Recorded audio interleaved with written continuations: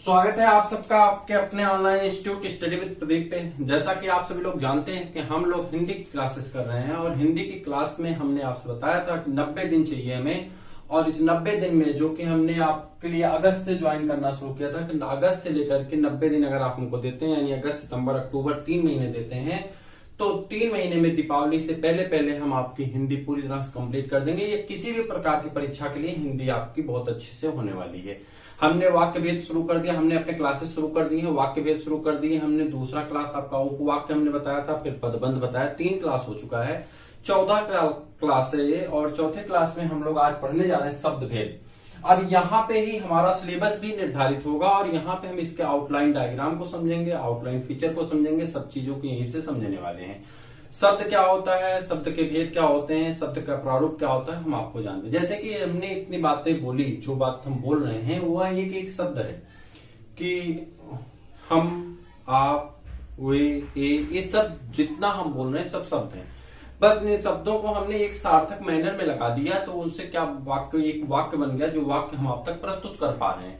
लेकिन अगर हम उसी शब्द में कुछ उल्टा पलटा बोलते तो ना तो आप समझ पाते ना तो हम समझा पाते, दोनों काम नहीं हो पाता। ऐसी स्थिति में हमें शब्द को पढ़ना है, शब्द से जुड़े बर्नआउट्स की बहुत सारी चीजें को पढ़ना है। और यहाँ से प्रश्न मुख्यतः हर परीक्षा में पूछा जाता है।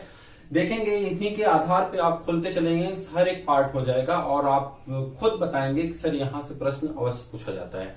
देखिए, जहां तक रही बात विलोम, पर्यायवाची और तद्भव, तत्सम, इत्यादि चीजों को हम लोग करेंगे बाद में। 400-400, 500-500 करेंगे। लेखकों की कृतियां पढ़ेंगे, सबको करेंगे। जब इतिहास पढ़ेंगे, हिंदी साहित्य का इतिहास पढ़ेंगे तो उसमें लेखकों की कृतियां पढ़ेंगे, बहुत सारी चीजों पढ़ेंगे, बहुत सारी चीजें हैं। और हिंदी को शून्य से शिखर तक पहुंचाने का जो संकल्प है जरूर पूरा करेंगे। बस आप मेरा साथ दीजिए, अपने दोस्तों तक मुझे पहुंचाने की कृपा करिए। जिनको मेरी आवश्यकता है, जो शून्य से पढ़ना चाहते हैं, उन तक मुझे पहुंचा दीजिए। क्योंकि हम हर एक व्यक्ति तक नहीं पहुंच पा रहे हैं, आप लोगों का सहयोग रहेगा तो सब तक पहुंच जाएंगे। तो बात करते हैं यहाँ पे शब्द भेद में। सबसे पहले बात होती है शब्द कैसा होता है, शब्द किसे कहते हैं।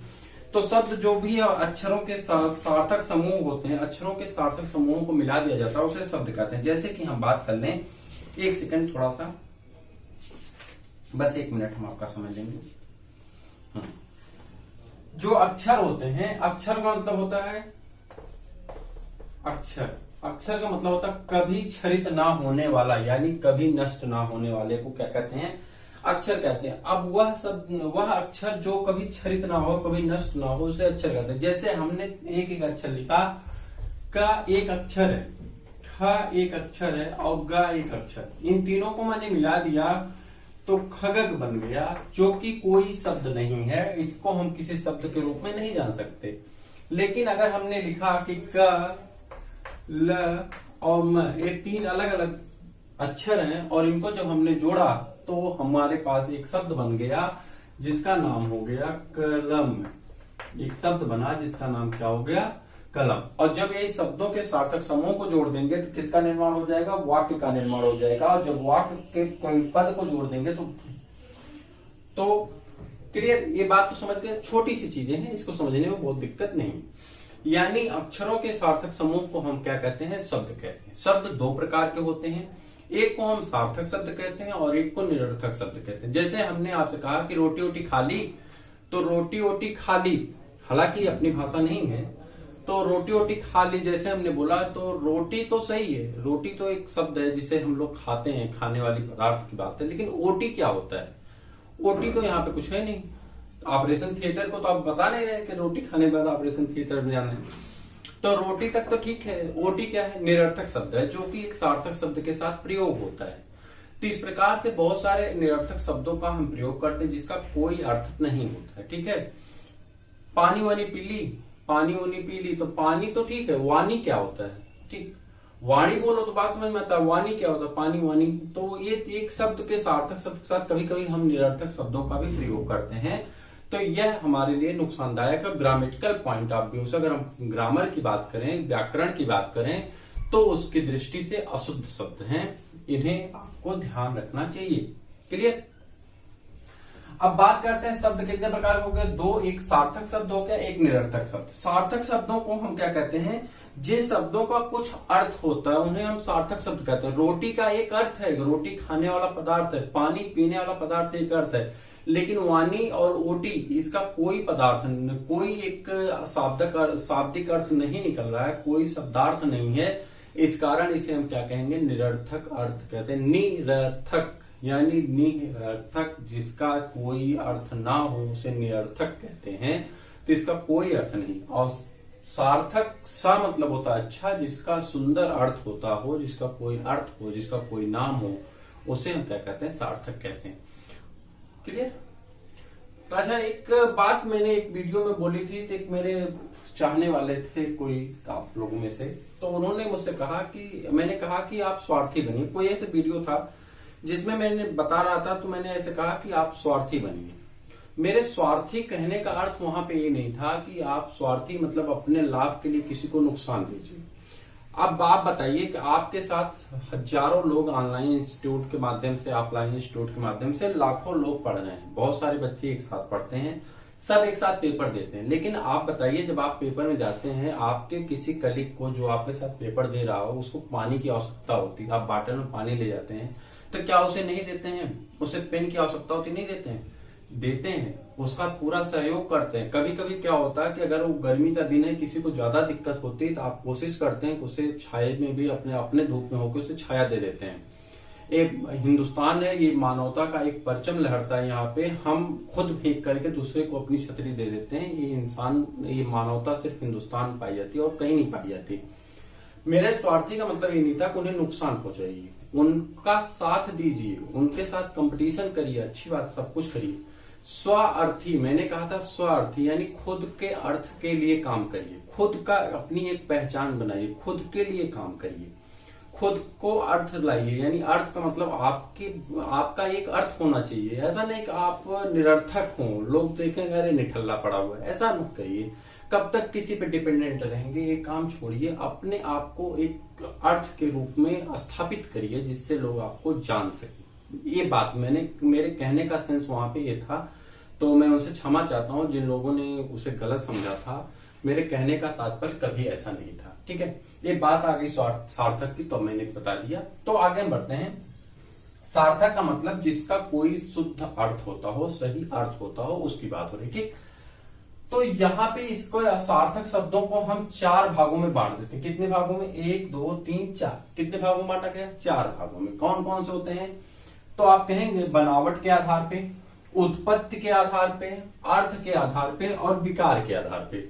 यानी 4 प्रकार के होते हैं और यही हमारी अब आगे भविष्य की टॉपिक होने वाली है। जैसे कि आप अब आगे कहां पे? बनावट के आधार पे। बनावट के आधार पे शब्द 3 प्रकार के होते हैं, रूढ़ शब्द, यौगिक शब्द और योग रूढ़ शब्द। ऐसा शब्द जो काटा ना जा सके, ठीक, और उसका कोई अर्थ होता हो जो कटे ना, उसे हम रूढ़ शब्द कहते हैं। जैसे मैंने कहा आग, आग को आप अलग अलग कर देंगे तो उसका कोई अर्थ नहीं निकलेगा। आग एक साथ आ और ग रहेंगे तभी उसका कोई अर्थ निकलने वाला है, ठीक। उसी प्रकार से हमने अगर शब्द यूज किया, तो यहां पे अगर हमने हाथ कह दिया, हाथ, कान, तो इसमें का अलग कर दीजिए, ना अलग कर दीजिए, कोई अर्थ नहीं है। यानी रूढ़ शब्द को काटा नहीं जा सकता, बांटा नहीं जा सकता, उनको एक साथ ही रखना पड़ता है, ठीक। जो शब्द योग से नहीं बनते, किसी योग से नहीं बने, शब्दों का योग नहीं है यहाँ पे, यहाँ अक्षरों का योग है। ध्यान रखिएगा, यहाँ शब्दों का योग नहीं बल्कि अक्षरों का योग है। क दन्ना कान, का आन कान, कान जुड़ गया, ठीक। हाथ, हाथ जुड़ गया, 2 अक्षर हैं और मात्रा है, क्लियर। यहाँ बात करते हैं यौगिक शब्द। यौगिक शब्द, यौगिक शब्द, शब्द कौन सा है? यौगिक। यौगिक मतलब जुड़ने वाला, ऐसा शब्द जो आपस में जुड़े हों, जो शब्द आपस में जुड़े हों उसे हम क्या कहते हैं? यौगिक शब्द कहते हैं। शब्द कैसे हैं? आपस में जुड़ने वाले शब्द हैं, तो उन्हें यौगिक शब्द कहते हैं। यहाँ यानी यहाँ पे शब्द जुड़ते हैं। जैसे कि हम बात करें विद्यालय, विद्याधन आलय, क्लियर। तो एक शब्द क्या है? विद्या है, दूसरा शब्द क्या है? आलय, यानी विद्या का घर, यानी विद्या का मंदिर। तो यहाँ पे 2 शब्द आपस में जुड़ गए, ऐसे शब्दों को हम क्या कहते हैं? यौगिक शब्द कहते हैं। और तीसरा होता है योग रूढ़। जुड़ तो जाते हैं, 2 शब्द आपस में जुड़ जाते हैं, लेकिन उन्हें अलग कर दे तो उनका अर्थ खत्म हो जाता है, उनकी पहचान खत्म हो जाती है। उन्हें आपस में जुड़ करके ही रहना पड़ेगा, उन्हें अलग नहीं किया जा सकता है। ऐसे योग रूढ़ जैसे कि दाम्पत्य जीवन होता है, अगर उनको अलग अलग कर दे तो उनकी पहचान खो जाती है और एक में कहते हैं दोनों की एक पहचान हो जाती है, एक परिवार हो जाता है। उसी प्रकार से जैसे जल धन जलज, जलज क्या है, एक शब्द है, लेकिन जलज का मतलब एक नहीं हो सकता कि जलज को अलग कर दें, जल धन जा, तो जल में उत्पन्न होने वाला उसका अर्थ का अनर्थ हो जाएगा। लेकिन जलज को एक साथ रखेंगे तो कमल की पर्यायवाची हो जाता है। यानी योग रूढ़ शब्द को आपस में रखते उसे कभी बांटा नहीं जा सकता है। क्लियर, कॉमन सी चीजें हैं, इसको समझ लीजिए। फिर बाकी अभी इंट्रोडक्शन है, पूरे चैप्टर का एक होल माउंट इंट्रोडक्शन है, एक तरह का सिलेबस है। फिर इसके बाद हम लोग एक एक टॉपिक को पढ़ने वाले हैं, यानी कल की जो आपकी टॉपिक होने वाली बनावट के आधार पर शब्द ही होने वाले हैं, और इसमें हम उन शब्दों को ऐड करने वाले हैं जो शब्द हमारी परीक्षा की दृष्टि से पूछे जाते हैं। चलिए आगे चलते हैं। उत्पत्ति के आधार पे, उत्पत्ति के आधार पे शब्दों को 5 भागों में बांटा गया है। आपके मेरे पास एक बुक है जिसमें पृथ्वीनाथ पांडे की, इस बुक में 4 प्रकार दिए गए हैं। लूसेंट पब्लिकेशन का आप बुक देखेंगे तो उसमें 5 प्रकार दिया गया है। एनसीईआरटी में भी 5 प्रकार दिया गया। हालांकि एनसीईआरटी की मैंने बुक नहीं देखा, बल्कि एनसीईआरटी का जो क्या कहते हैं वो ऐप होता है ना, ऐप पे 5 प्रकार दिखा रहा है। तो अब यहाँ हम 5 प्रकार के बारे में समझ लेते हैं। यहाँ पे थोड़ी सी कंफ्यूजन इसलिए क्रिएट हो गई कि अलग अलग बुक में अलग अलग मैटर देने की वजह से इसमें थोड़ा सा कंफ्यूजन क्रिएट है। मैं बताऊंगा कहाँ पे कंफ्यूजन है, लेकिन आप 4-5 मान के चलिए, और इसका कोई प्रैक्टिस पेपर मिलेगा तब यहाँ पे देख लिया जाएगा कि उसको जो बोर्ड के माध्यम से कौन सही माना गया उसे मान लेंगे, ठीक है। या किसी विशेषज्ञ से पूछेंगे तो जिसको सही बता देंगे उसे मान लिया जाएगा। 3 बुक और तीनों बुक में 3 मैटर, इसलिए थोड़ी सी कंफ्यूजन यहाँ पे है, इसके लिए हम क्षमा चाहते हैं, ठीक।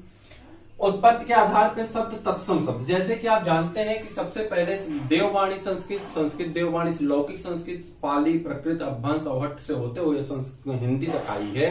तो जो शब्द तत्सम मतलब उसके समान है, किसके समान है, संस्कृत के समान है, ऐसे शब्दों को एज इट इज संस्कृत से खुदा करके हिंदी में ले लिया गया, ऐसे शब्दों को हम तत्सम शब्द कहते हैं।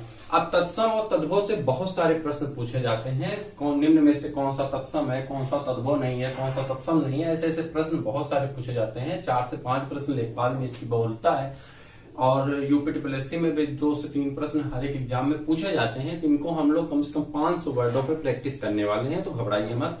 तद्भव शब्द ऐसे शब्द जो उत्पत्ति की दृष्टि से बदलते बदलते बदलते बदलते हिंदी में आए हैं, उसे हम तद्भव शब्द कहते हैं, ठीक, जो उससे उत्पत्ति हुए हैं। देशज जो हमारे देश की भाषा है, जो हमारे देश का शब्द है, उसे हम देशज शब्द कहते हैं। जैसे लोटा, ठीक, लोटा क्या है, टाटी, ठीक, मड़ई, तो एक ऐसे शब्द है, देशज शब्द है, इसे हम देशज शब्द के रूप में जानते हैं। और यहाँ पे विदेशज शब्द ऐसे शब्द जो विदेशी से आए हैं, अरब के लोग आए थे, फारसी लोग आए थे, मुगल के लोग आए थे, ठीक है। तो अलग अलग जो आए हैं, अलग अलग जगह से, अंग्रेजी लोग आए थे, इंग्लैंड के लोग आए थे, तो ये लोग आए तो अपनी कुछ भाषा हमको दे गए। जो आएगा वो ले ही के नहीं जाता, वो दे के भी कुछ जाता है, तो वो दे के भी कुछ गए, जैसे कि अपनी भाषा दे दी है, और उन भाषाओं का वैसे हिंदी में प्रयोग होने लगा। कुछ को वैसे प्रयोग कर लिए, कुछ का हम तद्भवीकरण करके प्रयोग कर लिए। तो ऐसे शब्दों को हम यहाँ पे क्या कहते हैं, विदेश से आए हुए शब्द। कुछ शब्द ऐसे हैं जिसे संकर शब्द कहा जाता है। 5वां जो बुक में आपके साक्ष्य मिल रहा है उसे संकर शब्द कहते हैं, और जिसे उत्पत्ति की दृष्टि से माना जा रहा है। संकर शब्द ऐसे होते हैं जो 2 अलग अलग भाषाओं के शब्दों के मिलने से बनते हैं, उन्हें संकर शब्द कहा जाता है। जैसे कि रेलगाड़ी, रेल क्या है, इंग्लिश का शब्द है, और गाड़ी देसी शब्द है, तो दोनों शब्द जब आपस में मिलते हैं तो रेलगाड़ी का फॉर्मेशन हो जाता है। और ऐसे शब्दों को हम लोग क्या कहते हैं, संकर शब्द कहते हैं, जो कि उत्पत्ति की दृष्टि से 5वां शब्द है, और इस पे कंफ्यूजन अभी बरकरार है। क्लियर। अर्थ के आधार पर, यानी शब्दों के अर्थ के आधार पर शब्दों को कितने भागों में बांटा गया है, तो 3 भागों में बांटा गया है। ये 100% प्रूव्ड है, बस यही पे कंफ्यूजन है, बाकी सब जगह सही है। अर्थ के आधार पर शब्दों को कितने भागों में बांटा गया है, 3 भागों में बांटा गया है, वाचक, लक्षणिक और व्यंजना। तो वाचक शब्द जिसे अभिधा भी कहते हैं, अभिधा शब्द का मतलब होता है जिस शब्द द्वारा किसी शब्द के साक्षात सांकेतिक बोध हो जाते हैं उसे, या जिन शब्दों का अर्थ सरलता से समझ में आ जाता है उसे हम क्या कहते हैं, वाचक शब्द कहते हैं। जैसे कोई शब्द हम बोले उसका अर्थ आपको समझ में आ रहा है, तो उसे हम क्या कहते हैं, वाचक शब्द कहते हैं। जैसे उदाहरण के तौर पे हम समझ लें कि हमने कहा सड़क, तो सड़क तो आप समझ गए जिस पे चला जाता है उसी को सड़क कहते हैं। नगर, नगर मतलब एक टाउन एरिया है जहां पे लोग रहते हैं। घर, एक घर। इस ऐसे शब्दों को हम क्या कहते हैं, अभिधा कहते हैं या वाचक कहते हैं। अभिधा या वाचक कहा जाता है। क्लियर? किसी कोई डाउट? लाक्षणिक शब्द ऐसे शब्द जिनका सीधा अर्थ ना होकर के बल्कि अर्थ के आधार पर उनका अर्थ निकाला जाता है, ऐसे शब्दों को हम क्या कहते हैं, जल्दी बता दीजिए। ऐसे शब्दों को हम क्या कहते हैं, लाक्षणिक शब्द या लक्षणा शब्द कहते हैं। यानी जिसका सीधा सीधा अर्थ ना निकाल करके उसको हम उसके अर्थ के आधार पर उसका अर्थ मानते हैं, उसे हम क्या कहते हैं, लाक्षणिक शब्द कहते हैं। उदाहरण के लिए जैसे मान लें कि एक गुरु जी हैं और उन्होंने कहा कि आपकी बुद्धि तो कुशाग्र है। आपकी बुद्धि क्या है, कुशाग्र है। कुशाग्र मतलब कुश जैसी तेज है। तो कुशाग्र क्या होता है, कुश को अगर काट दे तो जो उसका निकलने वाला अंकुरण होता है उसी को कुशाग्र कहते हैं। बहुत नुकीला होता है, तो बहुत तेजी से चुभता है। तो उन्होंने कहा कि आपकी बुद्धि एकदम कुशाग्र है। कुशाग्र मतलब आपकी बुद्धि बहुत तीव्र है। तो यहाँ पे अर्थ उसका एक कुश की बात ना होकर के बल्कि आपकी बुद्धि की बात हुई। या किसी बच्चे को कहे कि तुम बहुत गधे हो, गधे का मतलब वो गधा नहीं है, उसमें शरीर के 4 पैर हो, गधे जैसा हो, ऐसा नहीं है, बल्कि उसके दिमाग को कहा जा रहा है कि उसका दिमाग जो है क्या है, बहुत डल है, बहुत कमजोर है। एक को कुशाग्र कहा जा रहा है, कुशाग्र का मतलब क्या हो, तीव्र दिमाग का है, और एक को डल कहा जा रहा है यानी गधा कहा जा रहा है। तो वो क्या है, यानी अर्थ यहाँ पे डिपेंड कर रहा है कि वो क्या कहा जा रहा है। बात समझ में आ गई? आगे बढ़ जाए। आगे आपको मिलेगा व्यंजना। व्यंजना का क्या होता है कि ना तो इसका वाचक से कोई मतलब है ना इसके भावार्थ से कोई मतलब है, बल्कि इसका दूसरा ही अर्थ कुछ निकल जाता है। जैसे कि एक मित्र अपने मित्र से कह रहा है कि आज बड़ी अच्छी घनेरी रात है, आज बड़ी अच्छी अंधेरी रात है। वह मित्र समझ जाता है कि आज अंधेरी रात का मतलब क्या है। बाकी लोग परिवार के बैठे हैं, वो आप पढ़े ना कि जो भाषा होती है 3 प्रकार की होती है। एक होती मौखिक जो बोली जाती है, एक होती लिखित, एक होती सांकेतिक। तो मौखिक भाषा क्या होती है, हम बोल रहे हैं आप सुन रहे हैं, ये मौखिक भाषा है। ठीक? या यहाँ पे जो हमारे पास लोग होते हैं, मान लीजिए हम तो अपने क्लास में अकेले हैं, अगर क्लास में लोग होते तो मैं बोलता तो हमारे साथ जो स्टूडेंट जुड़े होते हैं वो सब सुनते हैं हमारी भाषा को। तो वो क्या होता कि एक बोल रहा है, एक वक्ता है, एक श्रोता है। लेकिन दूसरा क्या होता है, लिखित। लिखित भाषा क्या होता है, हमने लिख करके कुछ दे दिया, उसका मतलब निकल गया कि हमारे द्वारा लिखा गया शब्द है और सामने वाला उसके अर्थ को समझ गया। और तीसरा होता सांकेतिक। सांकेतिक भाषा क्या होती है, सांकेतिक भाषा जैसे मान लो कि 2 लोग बैठे हैं और तीसरे ने इशारा किया, सब समझ गए। क्लास में आपने ऐसा काम किया होगा कि इशारे हो जाते हैं, समझने वाले समझ जाते हैं कि आप कहना क्या चाह रहे हैं। तो इशारा सिर्फ 2 लोग समझ पाते हैं। कोडिंग डिकोडिंग पढ़ा है रीजनिंग में ना, तो कोडिंग डिकोडिंग वाला चक्कर यहाँ पे भी है कि जिसने कोड किया सामने वाले ने डिकोड कर लिया और दोनों समझ लिए और दोनों को अक्षय में मिल लिए। ठीक, आगे चलते हैं। व्यंजना हो गई। तो व्यंजना के बाद विकार के आधार पे, यानी विकार कैसे उत्पन्न होता है, कैसे उसमें परिवर्तन आता है, इसके आधार पर 2 प्रकार के शब्द होते हैं, विकारी शब्द, अविकारी शब्द। प्रश्न बहुत पूछे जाते हैं कितनी संख्या होती है, तो आप बताएंगे दोनों की संख्या कितनी होती है, 4 होती है। यानी विकार के आधार पर शब्दों को कितने भागों में बांटा गया, 8 भागों में। अर्थ के आधार पर 3 भागों में, उत्पत्ति के आधार पर 4 या 5 भागों में, बनावट के आधार पर 3 भागों में। बात करते हैं विकार के आधार पर उत्पत्ति शब्द और अविकारी शब्द। विकारी शब्द में आपका संज्ञा आ जाता है। आप जानते हैं संज्ञा का मतलब नाम होता है, और संज्ञा किसे कहते हैं आप अच्छी तरह जानते हैं, वस्तु विशेष विज्ञान। ठीक, विशेष वस्तु व्यक्ति विशेष स्थान के नाम को क्या कहते हैं, संज्ञा कहते हैं। संज्ञा कितने प्रकार की होती है, तो हिंदी में 3 प्रकार के होते हैं, लेकिन इंग्लिश के प्रभाव के कारण कुछ लोग उसे 5 प्रकार का मानते हैं। यहाँ पे भी एक कंफ्यूजन है। सर्वनाम जो सबका नाम हो, जैसे हम, आप, तुम, वे। ठीक, सर्वनाम जो सबका नाम है, जो संज्ञा के स्थान पे प्रयोग किया जाता है। विशेषण जो संज्ञा और सर्वनाम की विशेषता बताता है उसे विशेषण कहते हैं। क्रिया जो संज्ञा और सर्वनाम के किए गए कार्य को बताता है उसे क्रिया कहते हैं। क्रिया विशेषण जो क्रिया की विशेषता बताता है वो क्रिया विशेषण कहते हैं, और जो कि अविकारी शब्द है। ठीक है, उसके बाद संबंध बोधक जो 2 लोगों के बीच में योजक शब्द बनता है, संबंध बताता है उसे संबंध बोधक कहते हैं। समुच्चय बोधक और विस्मयार्थ बोधक। तो इस प्रकार से हमारी टॉपिक सभी क्या होती है, कंप्लीट होती हैं, और इन सभी सिस्टम से हम एक एक को पढ़ने वाले हैं। कल हम लोग पढ़ेंगे बनावट के आधार पे, और उसी के साथ हम लोग पढ़ेंगे उत्पत्ति के आधार पे। 2 श्रृंखला पढ़ेंगे। फिर अर्थ के आधार पे एक दिन में पढ़ लेंगे, और जैसे विकार के आधार पे आएंगे तो आप जान ही रहे हैं कि इन सबको एक एक पार्ट होता है, वो बहुत बड़ा सेगमेंट है।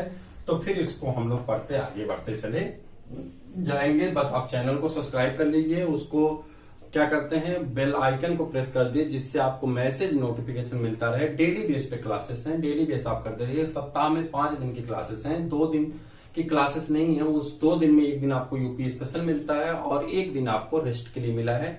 तो मुझे उम्मीद है कि आज का क्लास आपको अच्छा लगा। जैसा भी लगा आप कमेंट करके जरूर बताइएगा। फिर हम लोग मिलते हैं किसी और वीडियो में, तब तक के लिए इजाजत दीजिए।